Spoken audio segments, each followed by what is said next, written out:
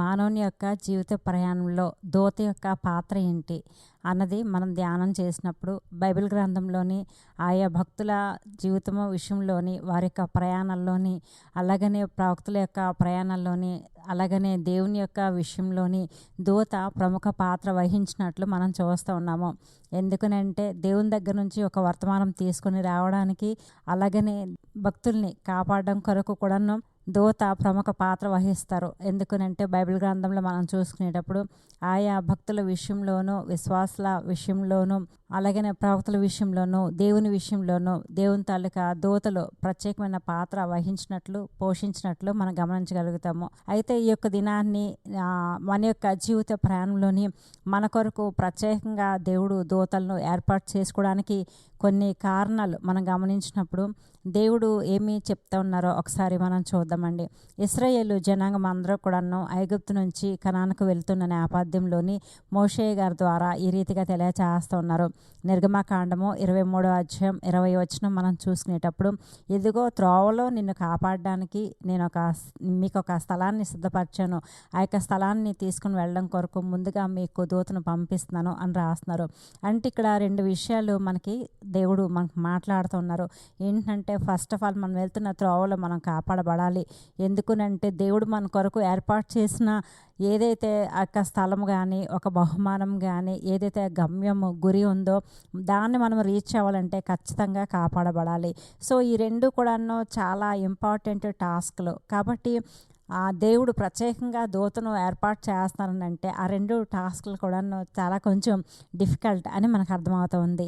కాబట్టి బైబిల్ గ్రంథంలోని ఎవరెవరి విషయంలోని ఇలాగా జరిగింది, వాళ్ళకి ఎలాంటి డిఫికల్ట్ టాస్క్లు వచ్చాయి, అలాంటి సమయంలోని దేవుని తాలూకా దూత రైట్ వేలో వారికి ఎలాగ గైడ్ చేశారు, దేవుని తాలూకా దూత రైట్ వేలో గైడ్ చేసినప్పటికీ కూడాను అలాగ వెళ్ళకపోతే ఏం జరుగుతుందో కొంతమందిని మనం చూద్దామండి. ఫస్ట్ ఆఫ్ ఆల్ మనం చూసుకునేటప్పుడు హాగరు మనకి కనబడతారు. ఆదికాండము 16వ అధ్యాయం 7వ వచనం మనం చూసుకునేటప్పుడు హాగరు అబ్రహాము శారా గారికి దాసి. ఎప్పుడైతే గర్భవతినని తెలుసుకోగానే మరి శారా గారి మీద యజమానురాల మీద కొంచెము ఆమెకు గర్వం వచ్చినట్లు మనకి కనబడుతూ ఉంది. ఎప్పుడైతే ఆమె వెళ్ళగొట్టబడిందో అక్కడ నుంచి వెళ్ళిపోతున్న నేపథ్యంలోని దేవుని తాలూకా దూత ఇక హాగర్ని కలుసుకొని మాట్లాడడం మనం చూస్తున్నాము. ఎందుకనంటే అదే సమయంలోని హాగర్ వెళ్ళిపోతే హాగర్ యొక్క భవిష్యత్తుకి ఒక నిబంధన కానీ వాగ్దానం కానీ ఉండదు. కాబట్టి దేవుని తాలూకా దూత ఏమి చెప్తున్నారంటే మరలా నువ్వు వెనక్కి వెళ్ళి నీ యజమానురాలకి నువ్వు లోబడి జీవించాలి అని చెప్తా ఉన్నారు.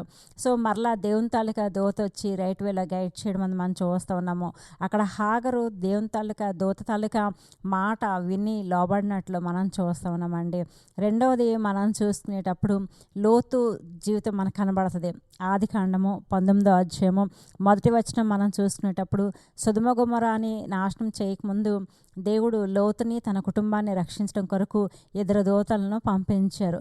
16వ వచనం దగ్గరికి వచ్చేసరికి లోతు యొక్క భార్య వాళ్ళ తాలూకా కుమార్తెను చేతులు పట్టుకొని పట్టణము బయటికి తీసుకుని వస్తూ ఉన్నారు.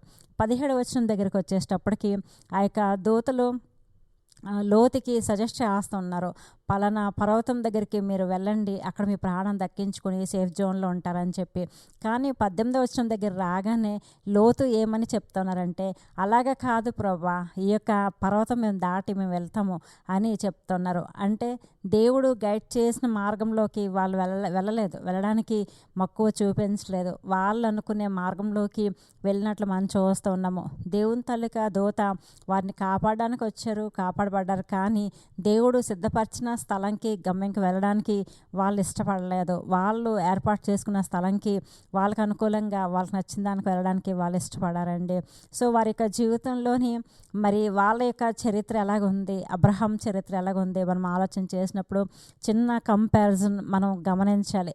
అబ్రహాం దగ్గరికి వచ్చేటప్పటికి ప్రతిసారి కూడా ప్రభా నీకేది ఇష్టమో, నీకు ఎలాగ ఇష్టమో, నీకు ఎక్కడ ఇష్టమో అని ప్రతిదానికి కూడా విధేయత మనం చూపించడం చూస్తాం మనం.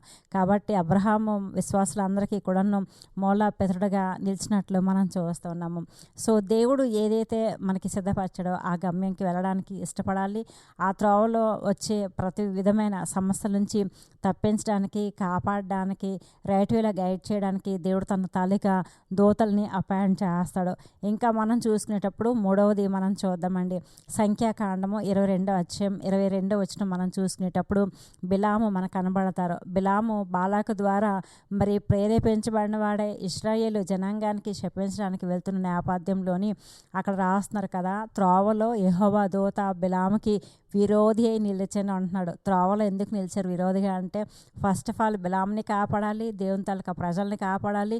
అతను వెళ్తుంది రాంగ్ వే కాబట్టి నువ్వు రాంగ్ వేలో వెళ్తున్నావు, అలాగొద్దు, రైట్ వేలో వెళ్ళు, ఇది దేవునికి ఇష్టం లేదని చెప్పడం కొరకు అక్కడ యెహోవా దూత అతనికి విరోధంగా నిలబడినట్లు మనం చూస్తున్నాము.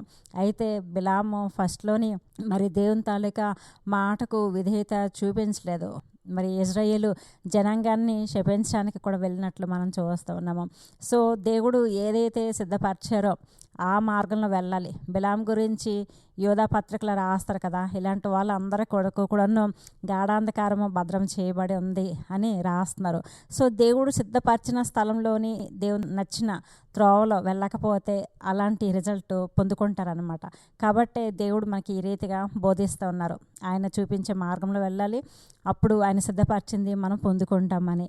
ఇంకా మనం చూసుకునేటప్పుడు మొదటి రాజుల గ్రంథంలోని 19వ అధ్యాయం 7వ వచనంలో 5వ వచనంలోని మరి మనకి ఏలియా ప్రవక్త కనబడతారు. ఏలియా ప్రవక్త మహారోషం కలిగిన గొప్ప ప్రవక్త.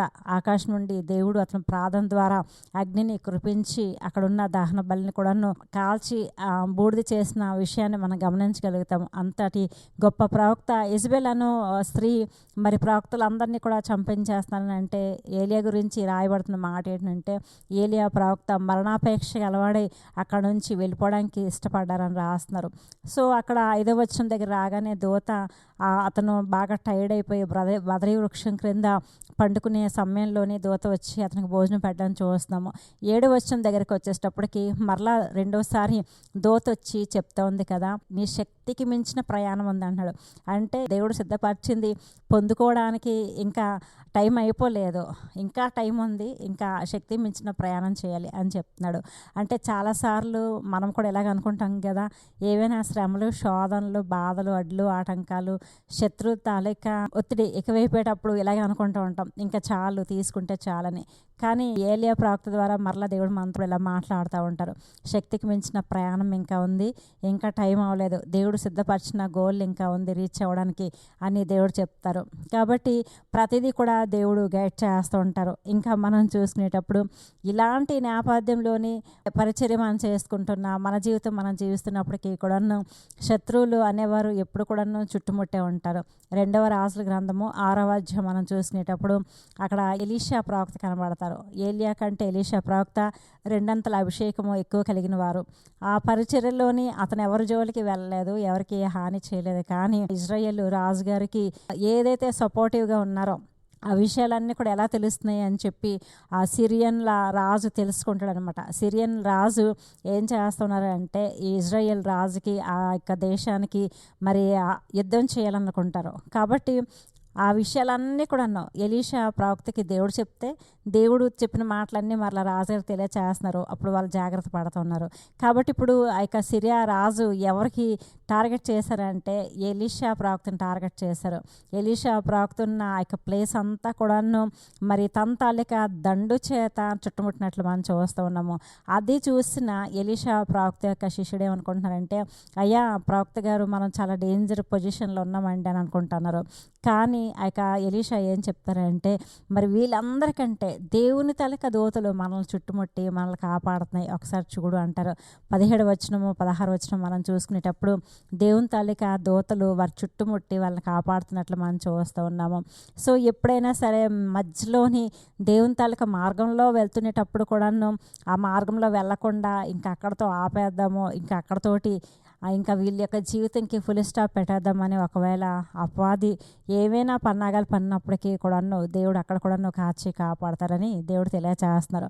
అండ్ ఫైనల్గా యేసు ప్రభువారి యొక్క సమాధి మత్తయి రాసిన సువార్త 28వ అధ్యాయము మొదటి 2 వచనాలు మనం చూసుకునేటప్పుడు యేసు ప్రభువారి యొక్క సమాధిని రాయిని దొర్లించడానికి దేవదూత వచ్చారు. దేవదూత వచ్చి ఆ యొక్క రాయిని పొర్లించి దానిపైన కూర్చున్నారు. సో ఈ యొక్క దినాన్ని మన యొక్క జీవిత ప్రయాణంలోని త్రోవలో మనల్ని కాపాడడం కొరకు, దేవుడు మనల్ని సిద్ధపరిచిన దాన్ని మనం పొందుకోవడం కొరకు దేవుని తాలూకా దూత అననిత్యం మనకి కాచి కాపాడతారు, గైడ్ చేస్తారు. అందుకనే కీర్తనకారుడు ఇలా రాస్తూ ఉన్నాడు 34వ సంకీర్తన 7వ చరణంలోని, యెహోవా యందు భయభక్తులు గల వారి చుట్టూ ఆయన దూత కావలిండి వారిని రక్షిస్తారు అని చెప్పి.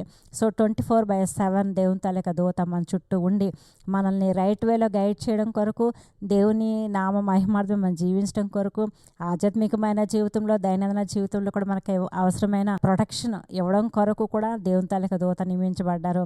కాబట్టి ఈ వీడియో వీక్షిస్తున్న మీరు కూడాను ఎలాంటి సిచ్యువేషన్స్లో ఉన్నారో, ఈ సిచ్యువేషన్స్ అన్నీ కూడా ఒకసారి మీ జీవితంలో కూడా ఉన్నట్లయితే వీటన్నిటి గురించి కూడా కన్ఫ్యూజ్ అవ్వద్దు, లేకపోతే నిరాశ పడద్దు, నిస్పృహ పడద్దు. వీరందరి జీవితాల్లోని దేవుడు ఏ రీతిగా ప్రొటెక్ట్ చేసి గమ్యం రీచ్ అవ్వడానికి రైట్ వేలో గైడ్ చేశారో అదే దేవుడు ఇప్పుడు ఉన్నారు. అదే దేవుడు మిమ్మల్ని బలపరుస్తారు, కాపాడతారు. అదే దేవుడు రైట్ వేలో గైడ్ చేయడానికి, గమ్యం రీచ్ అవ్వడానికి కూడా సహాయం చేస్తారు. God bless you.